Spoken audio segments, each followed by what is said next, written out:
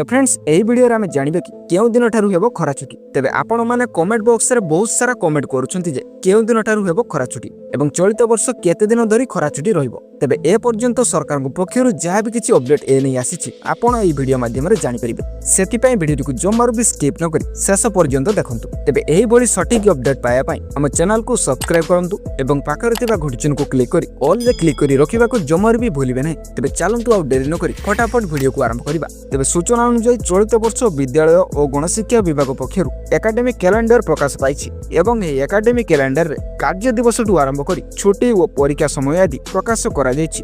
तेबे एही कैलेंडर रे ग्रीष्म छुट्टी को नै मध्य एक सूचना जारी करा जायछि। तेबे केउ दिन ठारू केउ दिन पर्यंत खरा छुट्टी रहिबो ए नै जहा भी किछि डेट रहिछि ताहा मध्य एही कैलेंडर रे मेंशन करा जायछि। तेबे एही चलित शिक्षा वर्ष कैलेंडर रे मे मास 6 तारिख रु जून मास 19 तारिख जाय खरा छुट्टी नै मेंशन करा जायछि। तेबे शिक्षा वर्ष कैलेंडर अनुसार चलित वर्ष पाखापाखि 45 दिन रहिबो खरा छुट्टी। तेबे एही वीडियो टी को निज सांग मानक सह शेयर करंतु जहा द्वारा सेमाने भी एही अपडेट टी को पाई परबे।